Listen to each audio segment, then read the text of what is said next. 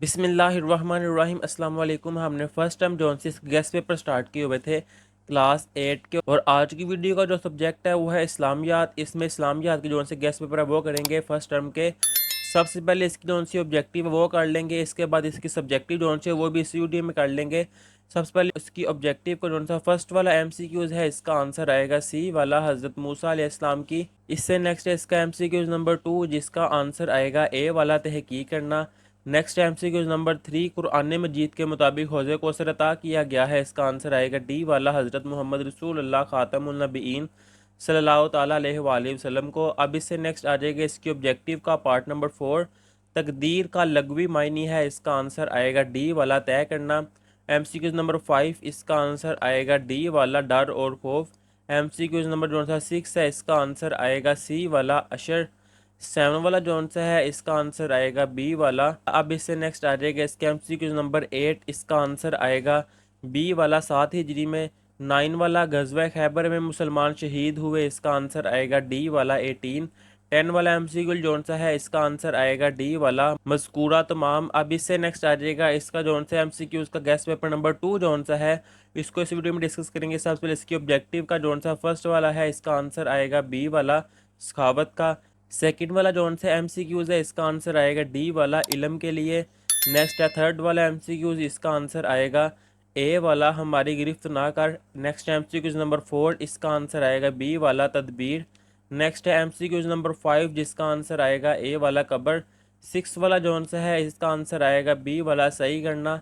Next है 7 वाला MCQs, इसका आंसर आएगा बी वाला रोज़ा। इससे नेक्स्ट है 8 वाला तबलीग के लफ्ज़ी मायनी है, इसका आंसर आएगा बी वाला पहुँचाना। नेक्स्ट MCQs नंबर 9, इसका आंसर आएगा ए वाला 3000।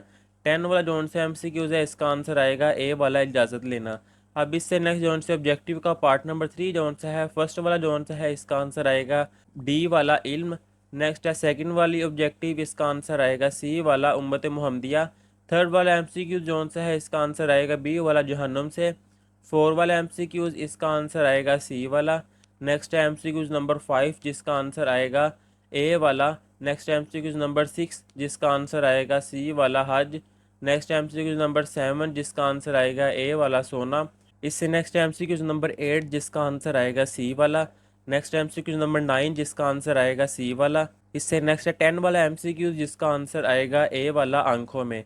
अब इससे नेक्स्ट है इसकी जौन सी ऑब्जेक्टिव के बाद सब्जेक्टिव है, यानी कि हिस्सा इंशाइया जौन सा है, इसका यह सवाल नंबर 11। इसका ये ए पार्ट है, अकीदा आखिरत से क्या मुराद है। इसका आंसर जौन सा है वो भी मैं आपको इसी वीडियो में दिखा दूंगा। पहले इसके जौन से क्वेश्चन है वो देख लेते हैं। क्वेश्चन नंबर 11 का ये है ए वाला पार्ट, ये बी और ये सी। क्वेश्चन नंबर 12 का ये ए वाला पार्ट है, बी वाला पार्ट मुसलमानों ने किले नाम पर कैसे कब्जा किया। इससे नेक्स्ट है इसका ये सी वाला पार्ट। फिर नेक्स्ट है क्वेश्चन नंबर 13 का ये ए वाला पार्ट, बी और ये सी। अब इसके जौन से आंसर है वो करते हैं। जो सा सवाल नंबर 11 का ए पार्ट था, अकीदा आखिरत से क्या मुराद है, इसका आंसर आएगा आखिरत के लफ्ज़ी मायने बाद में आने वाली चीज़ के हैं। इस्तिलाह में इससे मुराद मौत के बाद आने वाली ज़िंदगी है जो कभी ख़त्म ना होगी। यहाँ तक है इसका आंसर। अगर आपने इसके आंसर बुक से किए हुए हैं मार्क और वो याद भी किए हुए हैं तो बहुत बेहतर है कि आप वो करें। अगर आपके पास इसके आंसर नहीं है तो आप यहाँ से कर सकते हैं। अब इससे नेक्स्ट इसका ये बी वाला पार्ट, अकीदा आखिरत से इंसान की ज़िंदगी पर होने वाले 5 असरात बयान करे। इसका जवाब जौन सा है वो यहाँ से लेकर यहाँ तक इसके ये 5 असरात है, आपका सामने दिया हुआ है इसका आंसर। अब इससे नेक्स्ट आ जाएगा इसका सी वाला पार्ट, हौज़े कौसर के बारे में आप क्या जानते हैं। यह है इसका जवाब यहाँ से। कौसर जन्नत के इस हौज़ का नाम है जो हुजूर अक़दस ख़ातमुन नबीय्यीन सल्लल्लाहु अलैहि वसल्लम के तसर्रुफ़ में दिया जाएगा और हुजूर अकरम सल्लल्लाहु अलैहि वसल्लम की उम्मत इससे सैराब होगी। हौज़े कौसर से सैराब होने वाले खुश नसीबों को ये बिशारत दी गई है कि जो इस हौज़ से पानी पी लेगा वो खुशबख्त होगे। यहाँ तक आएगा इसका जवाब। अब इससे नेक्स्ट आ जाएगा इसका सवाल नंबर 12 का ये वाला पार्ट है, नबी करीम सल्लल्लाहु अलैहि वसल्लम ने मुहाजिरीन हबशा की वापसी पर क्या इरशाद फरमाया। इसका जवाब आएगा यहाँ से लेकर यहाँ तक आपके सामने है। अब इससे नेक्स्ट आ जाएगा इसका ये बी वाला पार्ट, मुसलमानों ने किले नाम पर कैसे कब्ज़ा किया। इसका जवाब यहाँ से लेकर यहाँ तक आएगा। यह है इसका आंसर। अगर आपने बुक से किए हुए हैं ये आंसर तो आप वहाँ से कर ले। अब इससे नेक्स्ट आ जाएगा इसका सी वाला पार्ट, ग़ज़वा खैबर में हज़रत अली करमल्लाहु वजहुल करीम की शहादत पर नोट लिखें। इसका जवाब आएगा यहाँ से लेकर ये सारा इसका आंसर है। अब इससे बाकी जो आंसर है इससे नेक्स्ट पेज पर ये दिया गया हुआ है यहाँ तक।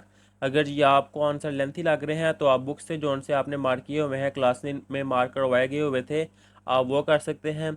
अब इससे नेक्स्ट है इसका क्वेश्चन नंबर 13 का ए वाला पार्ट, इस्लाम ने मर्द और औरत के हिजाब के कौन कौन से अहकाम बयान किए हैं। इसका आंसर आएगा यहाँ से लेकर यहाँ तक। अब इससे नेक्स्ट आ जाएगा इसका बी वाला पार्ट, बाह या मुआशरे की तश्कील में कुरान के कोई से 3 मावून अहकाम लिखे। इसका जवाब आएगा यहाँ से लेकर यहाँ तक। कोई से 3 लिखने हैं तो ये नीचे लिखे हुए हैं, आप इनमें से कोई से भी 3 कर सकते हैं। अब इससे नेक्स्ट आ जाएगा इसका सी वाला पार्ट, इस्लाम ने महरम और नामहरम रिश्तों की तकसीम क्यों की है। इसका जवाब यहाँ से लेकर यहाँ तक है, आपके सामने है। अब इससे नेक्स्ट आ जाएगा इसका पार्ट नंबर जो सा 2 है सब्जेक्टिव का। क्वेश्चन नंबर 11 का ये ए पार्ट है, हज के मायने और मफहूम बयान करें। ये इसका बी वाला पार्ट है, ये इसका सी वाला पार्ट। इससे नेक्स्ट है क्वेश्चन नंबर 12 का ये ए वाला पार्ट, बी वाला पार्ट और ये दिया हुआ है सी वाला पार्ट। फिर क्वेश्चन नंबर 13 का ये ए पार्ट है, बी पार्ट और ये सी पार्ट है। अब इससे नेक्स्ट जोन से इसकी आंसर सवाल नंबर 11, हज के मायने मफहूम बयान करें, ए पार्ट जोन से इसका जवाब आएगा यहाँ से लेकर यहाँ तक। अब इससे नेक्स्ट आ जाएगा इसका बी वाला पार्ट, हज का तरीका बयान करें। इसका जवाब जोन सा है वो यहाँ से लेकर यहाँ तक आएगा। अब इससे नेक्स्ट इसका सी वाला पार्ट, मुनासिक हज से क्या मुराद है, नीज़ हज ना करने वालों के बारे में क्या वईद बयान की गई है। ये जोन सा क्वेश्चन है, इसका जोन सा है ये जवाब है यहाँ से लेकर यहाँ तक। अब इससे नेक्स्ट आ जाएगा इसका क्वेश्चन नंबर 12 का ए पार्ट, हज़रत मोहम्मद रसूलुल्लाह खातमुन नबीन सल्लल्लाहु अलैहि वसल्लम का कद मुबारक कितना था। इसका जवाब आएगा आप खातमुन नबीन सल्लल्लाहु अलैहि वसल्लम ना ज़्यादा लंबे थे और ना पस्ता कद बल्कि मियाना कद के थे। यहाँ पर 3 नुक्ते आएंगे आप। अब इससे नेक्स्ट आ जाएगा इसका बी वाला पार्ट, हज़रत मोहम्मद रसूलुल्लाह सल्लल्लाहु अलैहि वसल्लम के कोई से 4 मोजज़ात बयान करें। इसका जवाब यहाँ से स्टार्ट होता है, यहाँ से लेकर ये है 1 2 3 और 4। अगर बुक पर और भी लिखे हुए हैं, आप कोई और करना चाहते हैं तो आप बाकी वहाँ से कर सकते हैं, अगर जहाँ से कोई आपको मुश्किल लग रहा है। अब इससे नेक्स्ट आ जाएगा इसका सी वाला पार्ट, सीरत नबी सल्लल्लाहु अलैहि वसल्लम की रोशनी में गुफ्तगू के आदाब बयान करें। इसका जवाब आएगा यहाँ से लेकर यहाँ तक। अब इससे नेक्स्ट आ जाएगा इसके क्वेश्चन नंबर 13 का ए पार्ट, इब्तदाई इस्लाम कबूल करने वालों में से 3 के नाम लिखे। जिसका जवाब आएगा हज़रत खदीजा रज़ी अल्लाह ताला अन्हा, हज़रत अली रज़ी अल्लाह ताला अन्हो और हज़रत ज़ैद बिन हारसा रज़ी अल्लाह ताला अन्हो। ये है इसका आंसर। अब इससे नेक्स्ट आ जाएगा इसका बी वाला पार्ट, किन 2 अहम मुआहदों की वजह से दावत इस्लाम का दायरा कार बढ़ा। इसका जवाब आएगा यहाँ से लेकर यहाँ तक। और इसका सी वाला पार्ट, नबी करीम सल्लल्लाहु अलैहि वसल्लम की दावती सरगर्मियों का नतीजा क्या निकाला। इसका जवाब आएगा यहाँ से लेकर यहाँ तक। अब इससे नेक्स्ट आ जाएगा इसका जो सा पार्ट नंबर 3 है, इसका यह है क्वेश्चन नंबर 11 का ए पार्ट, 2 मुसारिफ ज़ुकात बयान करें। यह है बी वाला पार्ट, सी वाला पार्ट। क्वेश्चन नंबर 12 का ए बी और ये है सी वाला पार्ट। क्वेश्चन नंबर 13 के ये 3 पार्ट दिए हुए हैं। अब इनके आंसर जो सा 11 वाले का ए पार्ट, इसके 2 मुसारिफ जो हैं ये हैं फ़ुकारा, मुसाफर। अगर आप और लिखना चाहते हैं या आप मुश्किल लग रहे हैं तो बाकी बुक पर लिखे हुए हैं फ़ुकारा, मसाकीन, आमिलीन ज़ुकात, मुअल्लफ़ातुल क़ुलूब, रकाब, गारिमीन, फ़ी सबीलिल्लाह, इब्न सबील। आप वहाँ से कर सकते हैं। अब इससे नेक्स्ट आ जाएगा इसका बी वाला पार्ट, अहादीस की रोशनी में ज़ुकात की अहमियत बयान करें। इसका जवाब आएगा यहाँ से लेकर यहाँ तक। अब इससे नेक्स्ट आ जाएगा इसका सी वाला पार्ट, कुरान मजीद की रोशनी में अशर की अहमियत बयान करें। इसका जवाब आएगा यहाँ से लेकर यहाँ तक। अब इससे नेक्स्ट इसके क्वेश्चन नंबर 12 का ए पार्ट, दावत की आलमगीरियत से क्या मुराद है। इसका जवाब आएगा दावत की आलमगीरियत से मुराद आलम इंसानियत को अल्लाह ताला और इसके रसूल ख़ातमुन नबीन सल्लल्लाहु अलैहि वसल्लम के अहकाम की तरफ बुलाना है। यहाँ तक आएगा इसका आंसर। अब इससे नेक्स्ट आ जाएगा इसका बी वाला पार्ट, नबी करीम सल्लल्लाहु अलैहि वसल्लम की दावत की आलमगीरियत कुरान की रोशनी में बयान करें। इसका जवाब आएगा यहाँ से लेकर यहाँ तक। अब इससे नेक्स्ट आ जाएगा इसका सी वाला पार्ट, नबी करीम सल्लल्लाहु अलैहि वसल्लम के दावती खतूत की अहमियत बयान करें। इसका जवाब आएगा यहाँ से लेकर ये है। और इसका जो सा बाकी हिस्सा है वो यहाँ पर ये सारा लिखा हुआ है, इसका आंसर यहाँ तक। अब इससे नेक्स्ट आ जाएगा क्वेश्चन नंबर 13 का ए वाला पार्ट, शमाइल नबवी सल्लल्लाहु अलैहि वसल्लम से क्या मुराद है। इसका जवाब आएगा यहाँ से लेकर यहाँ तक। इससे नेक्स्ट आ जाएगा इसका बी वाला पार्ट, नबी करीम सल्लल्लाहु अलैहि वसल्लम के कोई से 4 मोजज़ात बयान करें। तो इसका आंसर जो है वो यहाँ से स्टार्ट होगा, यहाँ से लेकर यहाँ तक। अब इससे नेक्स्ट है इसका सी वाला पार्ट, नबी करीम सल्लल्लाहु अलैहि वसल्लम का अंदाज़ मुलाकात बयान करें। इसका जवाब आएगा यहाँ से लेकर यहाँ तक।